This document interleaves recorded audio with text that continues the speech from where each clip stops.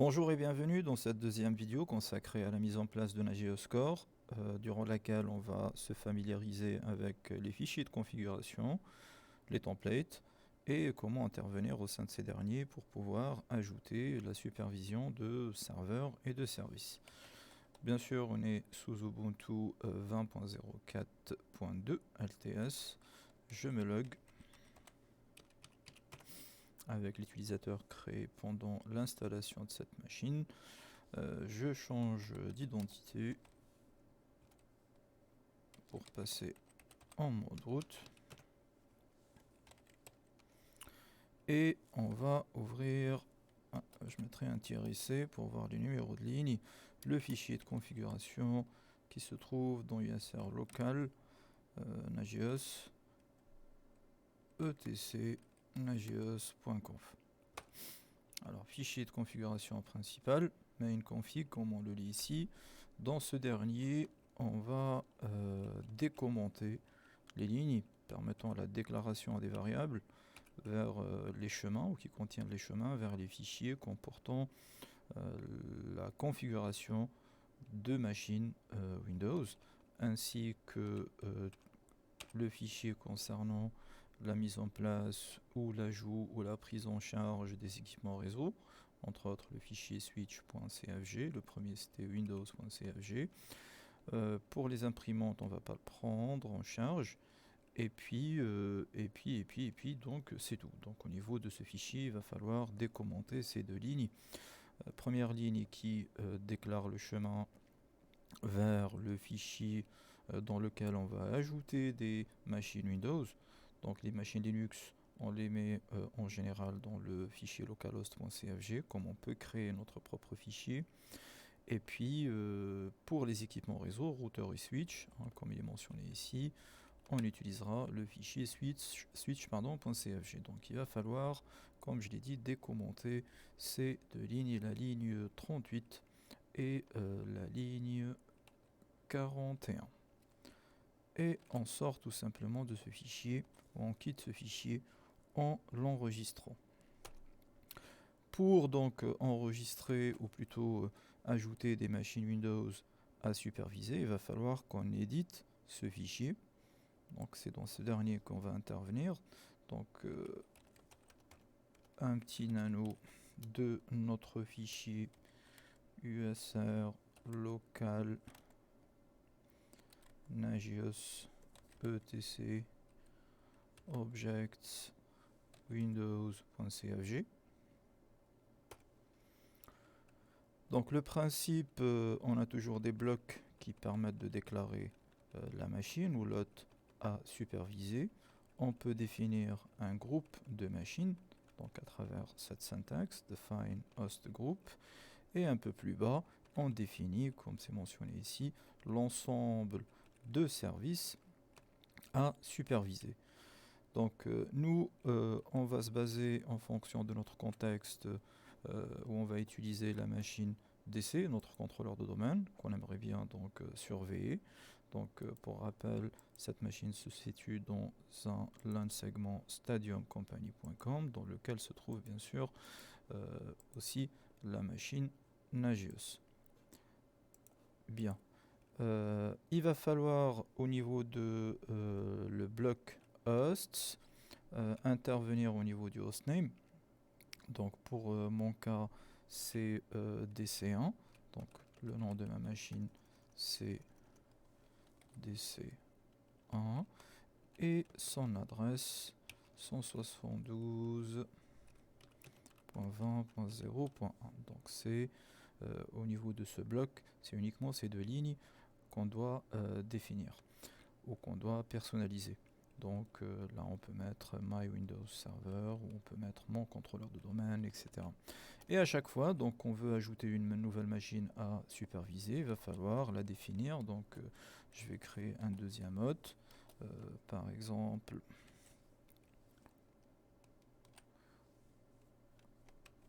accolade ouvrante, accolade fermante, pour ne pas l'oublier, et on reprend la même syntaxe, c'est-à-dire use, on peut tabuler, donc c'est une machine Windows, donc Windows server, son hostname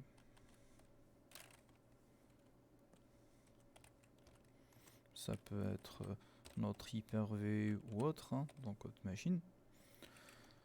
Son alias,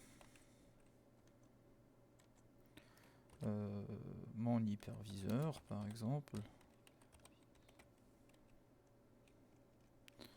et son adresse IP, mot-clé adresse, on n'oublie pas 2D, 2S bien sûr, ça peut être 172.20.0.1 par exemple bien sûr. Et de cette manière, on ajoutera donc toutes les machines. Donc à ce stade, on a deux hostnames ou deux machines DC1 et Hyper-V. Donc il faut faire attention. Donc au niveau de ces machines, ou plutôt au niveau des services qui se trouvent un peu plus bas, donc au niveau du hostname, on vérifie qu'on a bien le serveur Windows.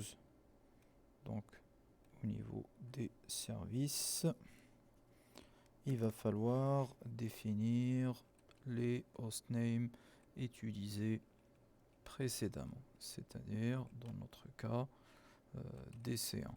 Donc à chaque fois que je trouve un bloc service, je vais mettre DC1. Donc si je veux superviser par exemple un NS client pour DC1, un NS client qui est un agent qu'on installe au niveau des Windows Server pour remonter des informations. Si je veux ajouter la deuxième machine, pareil, il faut que je mette virgule et je renseigne son hostname bien sûr en respectant la casse. Dans mon cas, c'était hyper-v. Donc hyper-v. Donc tous les services, donc on peut superviser donc l'uptime, c'est-à-dire à quelle heure notre machine a été allumée. Donc je vais m'intéresser à DC1 uniquement. On va superviser notre CPU. Donc DC1 aussi. L'utilisation de notre mémoire, donc de notre RAM au niveau de DC1. L'utilisation de notre disque.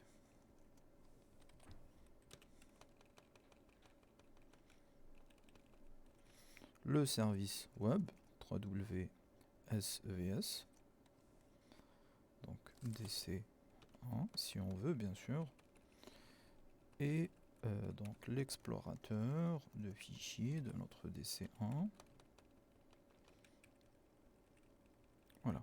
Donc, et on peut bien sûr définir d'autres services concernant, on aura l'occasion de les aborder, concernant un page, concernant MySQL, concernant un serveur de fichiers FTP, un serveur de temps, etc.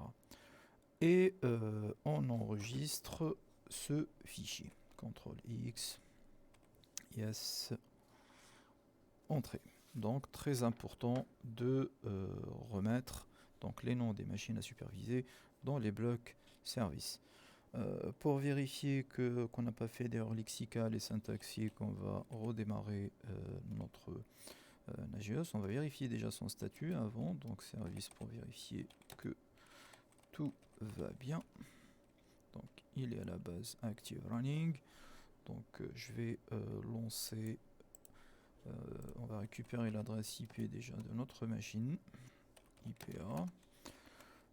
Adresse IP donc obtenue de la part du DHCP de VMware, donc accessible depuis la machine physique, donc 192.171 pour moi, donc 192.168.192.171, donc on vérifie Apache, donc la page it works par défaut, et on avait dit donc /nagios pour pouvoir accéder à notre interface de Nagios.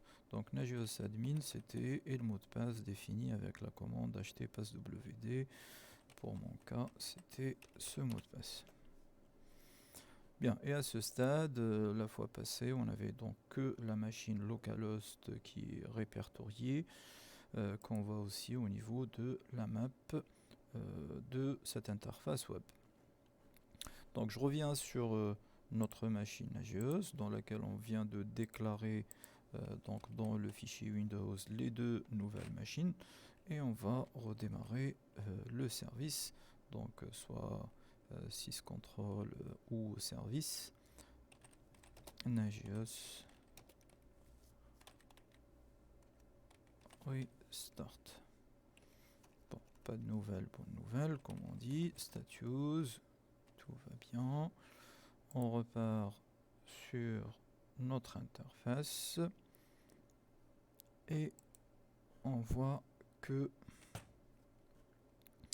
dans la machine hosts, hein, donc, ou plutôt dans le menu hosts, que notre superviseur a détecté la machine DC1, donc il a vérifié qu'elle est bel et bien up, hein, c'est le cas, puisque elle est allumée à ce stade.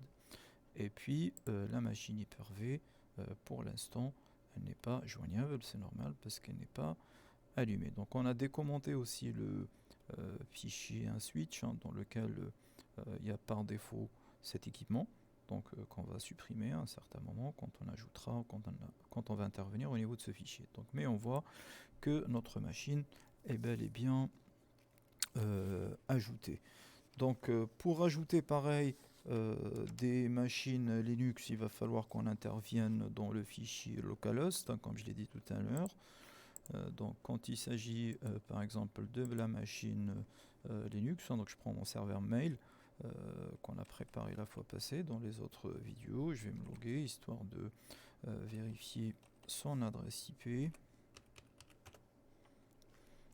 Je vérifie qu'il est bel et bien connecté dans le segment LAN, et donc son adresse c'est 172.20.0.30. Donc si on veut surveiller cette machine, pareil, donc on va intervenir dans le fichier localhost pour ajouter un autre define host accolade ouvrante, accolade fermante, les bonnes manières. Dès que vous mettez une accolade ou l'accolade, vous le fermez. Donc use, cette fois-ci c'est Linux, pardon, Linux server, son hostname c'est la machine mail, son alias on va l'appeler MX server, serveur de messagerie, et son adresse c'est, comme on l'a vérifié, 172.20.0.30. Et bien sûr, dans la partie service, donc pour vérifier le ping, il va falloir qu'on ajoute, notre machine qu'on a nommée mail, pour vérifier qu'elle est joignable. Pour le check de l'espace disque, pareil, on aimerait bien la vérifier. Et je l'ajoute, hein, donc pour tous les services déclarés au niveau de ce fichier, des services qui sont déclarés par défaut, mais comme je l'ai dit, on aura l'occasion de découvrir d'autres services en les déclarant ou en les ajoutant manuellement dans ces fichiers de configuration. Mail,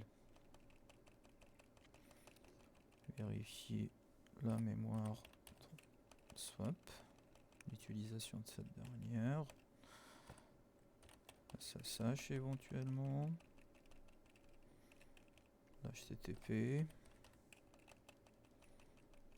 voilà, CTRL X, je valide et je redémarre mon service Nagios. Restart,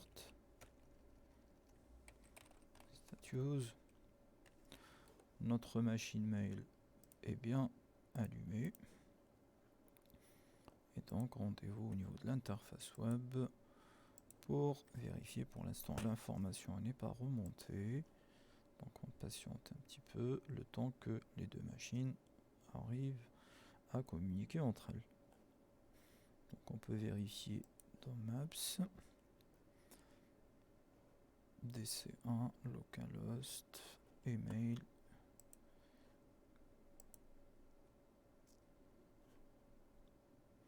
qui arrive petit à petit. Hyper-V qui est installé au niveau de la même machine, et bien actif aussi. Bien. Concernant pareil la supervision des équipements réseau, hein, des équipements d'interconnexion, on intervient dans le fichier cette fois-ci switch. Donc switch.cfg, et on voit que déjà ce qu'on voyait dans la partie graphique, hein, dans l'interface graphique, le link 6, donc qui est déclaré par défaut mais qui n'est pas joignable pour l'instant parce qu'il n'existe pas. Donc nous, si on veut superviser un routeur, hein, le routeur de l'infrastructure, il suffit de définir son nom, par exemple le routeur du stade, on va dire, et puis définir, donc c'est notre RTR intra par exemple, RTR intra, et puis définir son adresse IP bien sûr, par exemple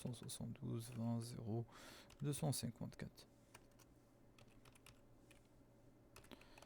Et en bas, donc l'ensemble des services. Donc il va falloir faire attention à changer le hostname, donc rstad, au niveau des services.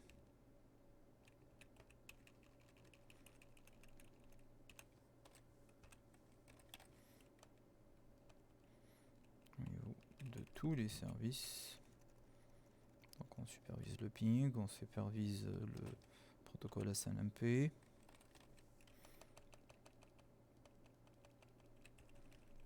Le statut de ce dernier.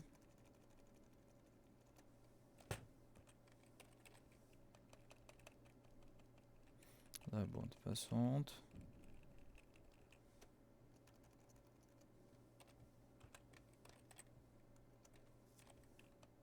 Sur le port 1. CTRL X.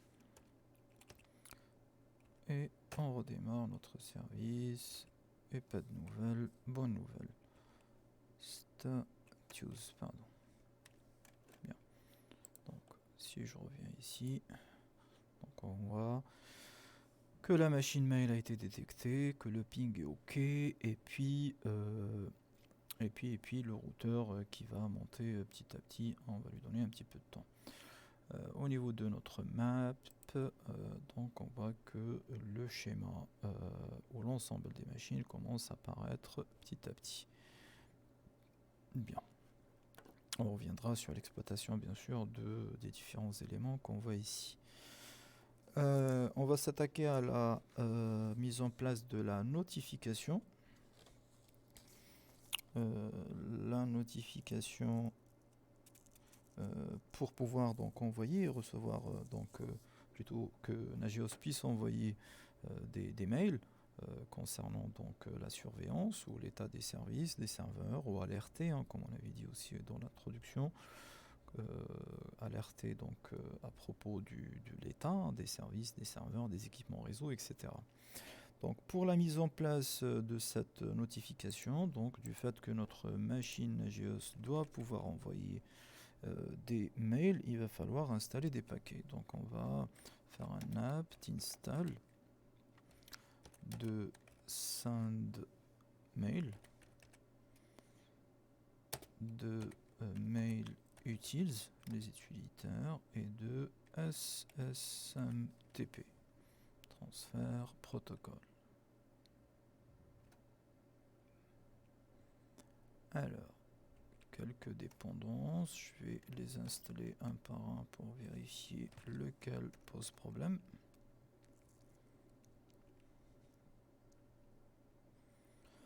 Donc on vient d'installer SendMail.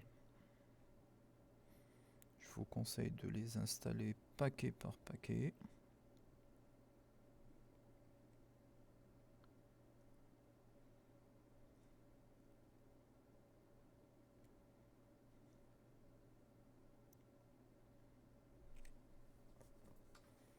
On patiente un petit peu.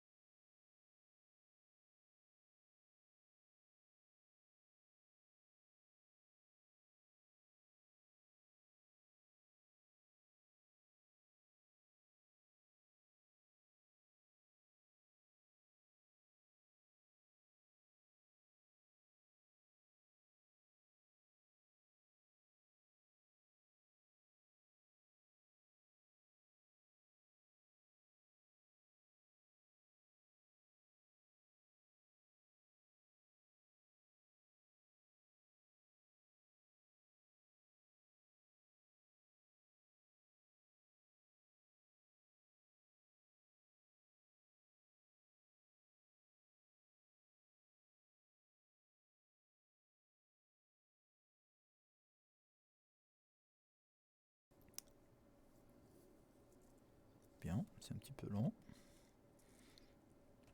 Puis mail utilise.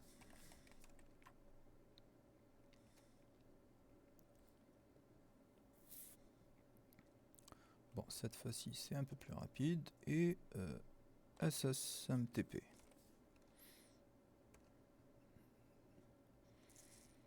Bien.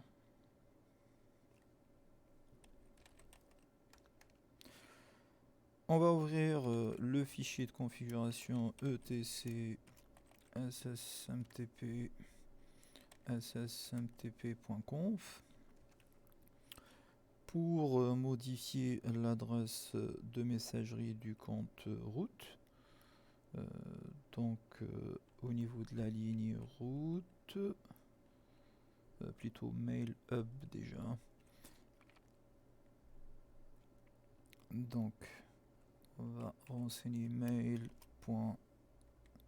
Notre FQD1 hein, du serveur de messagerie. Donc ça correspond à notre enregistrement MX. Stadiumcompany.com pour mon cas. Et puis rajouter la ligne. Hein, donc on va lire un petit peu. Donc à ce stade c'est bon, on est bon normalement. CTRL X, yes. Et on va aller dans le fichier etc ssmtp. Je tabule 2 fois, voilà. Donc releases pour ajouter la ligne route double point, comme c'est mentionné dans le commentaire un peu plus bas, un peu plus haut avec l'exemple.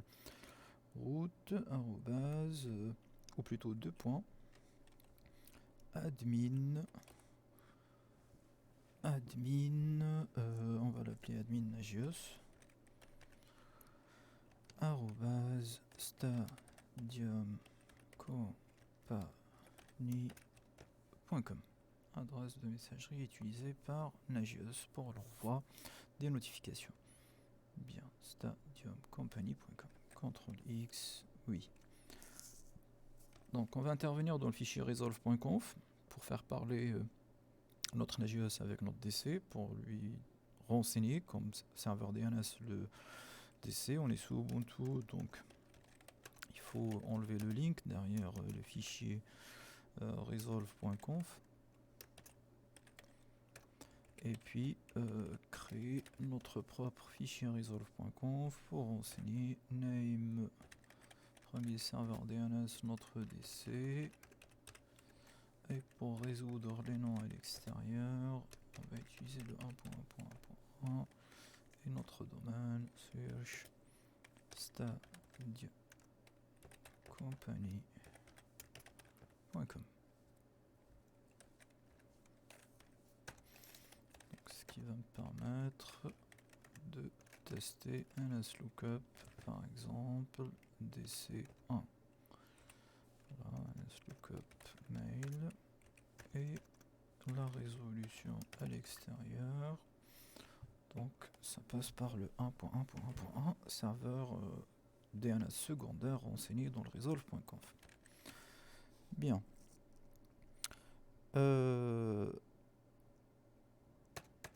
On peut tester éventuellement l'envoi du mail à ce stade. Donc à travers par exemple la commande echo. Entre guillemets on mettra le contenu du mail. Hein, donc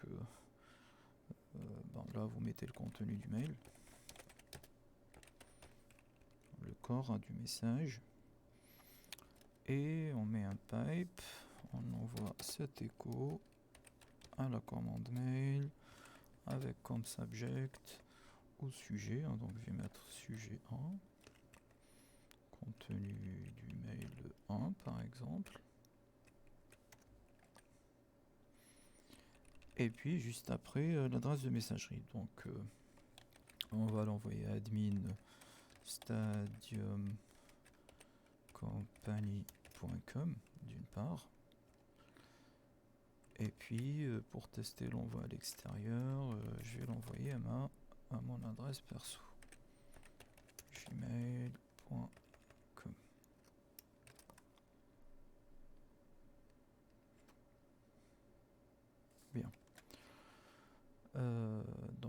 peut éventuellement vérifier la réception. Là, je vais récupérer l'adresse IP de ma machine Zimbra, 192.159.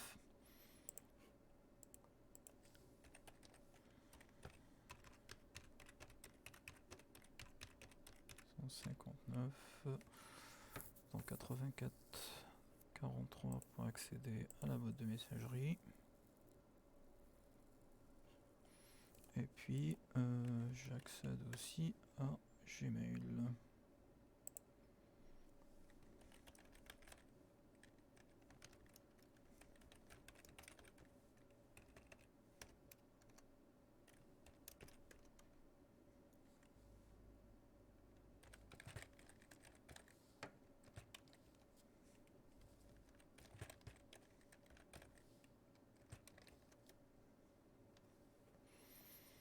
Bien. Admin.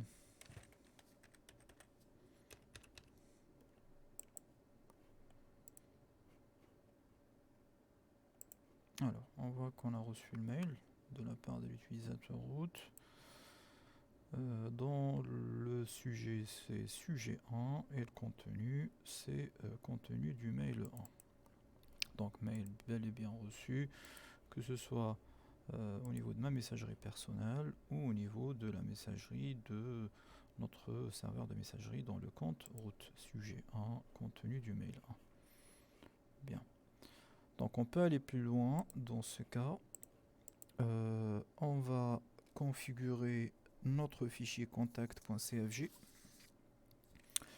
Fichier qui se trouve donc au niveau de la machine Nagios, bien sûr. Nano slash etc slash local slash Nagios.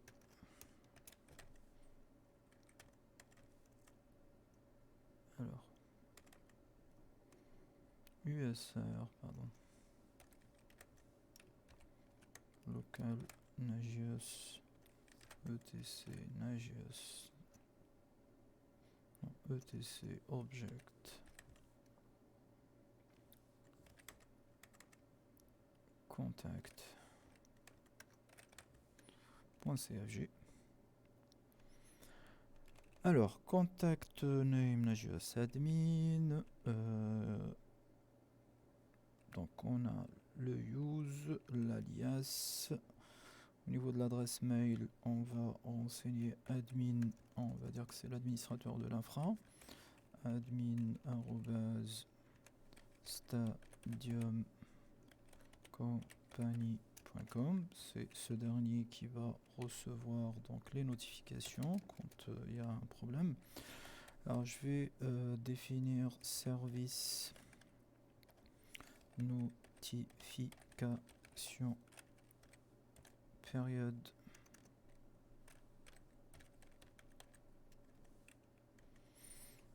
donc 24 fois 7 x7 on met en réalité, puis service notification option notification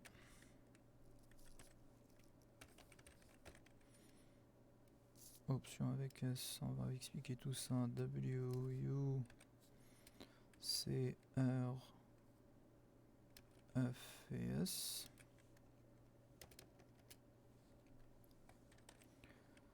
Service notification commande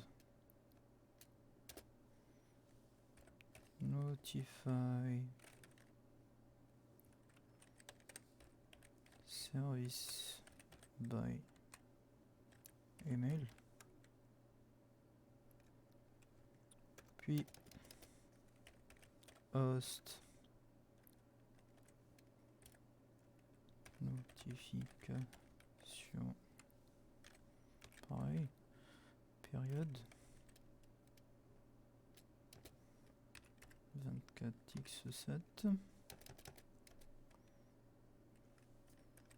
host notification option avec un S bien sûr. D, on va mettre D, U, R, F, S. Et puis host notification commande notify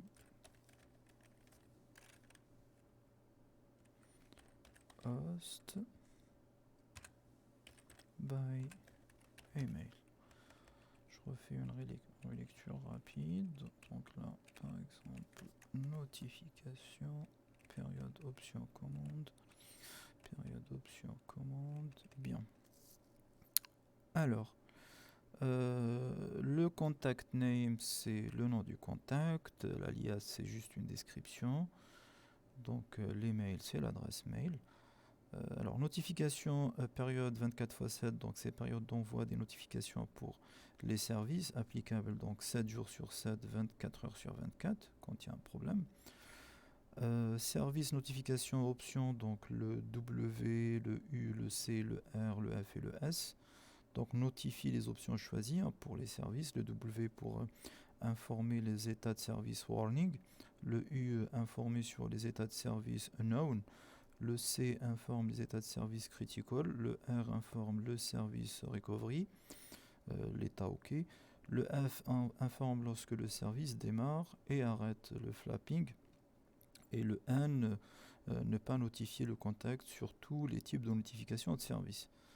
Donc concernant le service notification commande, donc notify service by email, donc choix d'être notifié par email sur l'état de service.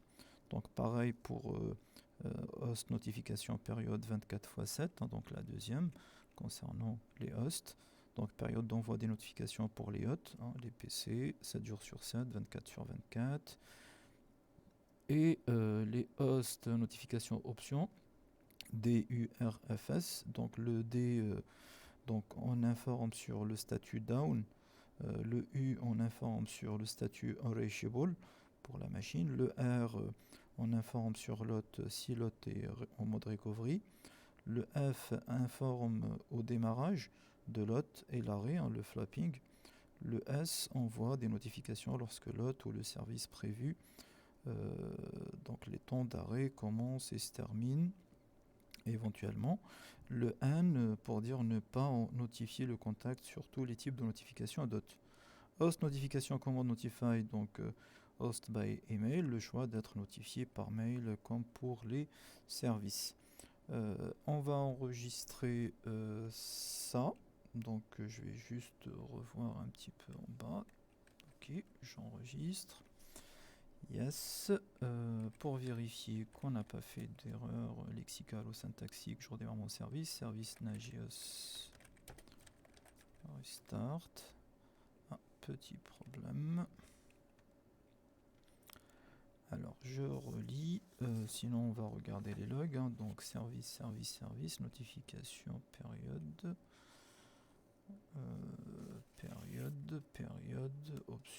option, commande, notify host,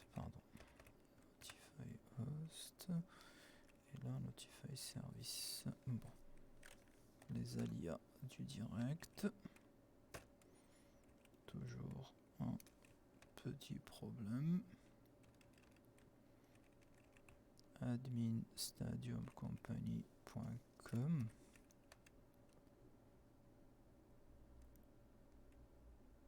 Alors, notification, période, option. Bon, je vais dans ce cas un petit écho.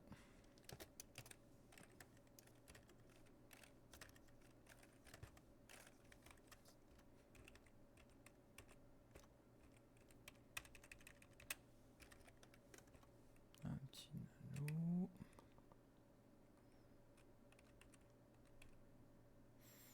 Invalide argument.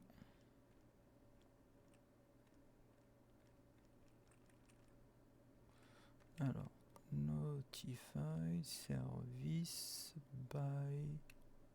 Ah, il me manque un R à service. Bon, je réouvre mon fichier.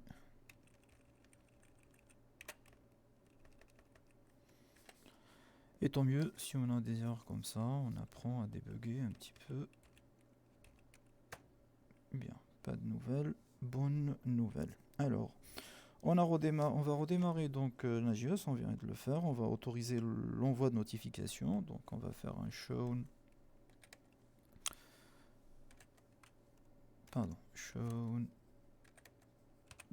recursive de l'utilisateur Nagios du groupe www.data, notre dossier USR local Nagios var rw. Donc on va aller dans le dossier object. Donc cd /usr local Nagios etc object pour éditer et ajouter les lignes suivantes dans chaque define host des fichiers Windows, etc. Donc on va faire un petit nano de notre fichier windows.cfg et dans la partie define host et dans chaque section define service, on va dans contact group. Donc je prends ici. Donc on ajoute contact groups admins et puis contacts Nagios admin. Donc cette manipulation, il va falloir l'ajouter dans chaque section host et dans chaque section define service du fichier windows.cfg, localhost et switch. Et finalement, il faut y aller dans le fichier template.cfg et dans la méthode, donc pareil, en faire pareil plutôt, donc on le voit, et plutôt dans le fichier commande.cfg, dans notre ligne, cette ligne. Alors, je cherche la méthode utilisée pour l'envoi du mail. Voilà, bin mail. On va précéder ça par le nouveau chemin USR, que ce soit ici ou là-dedans. Et on enregistre. À ce stade, si tout va bien, la notification est bel et bien configurée. Merci pour votre attention.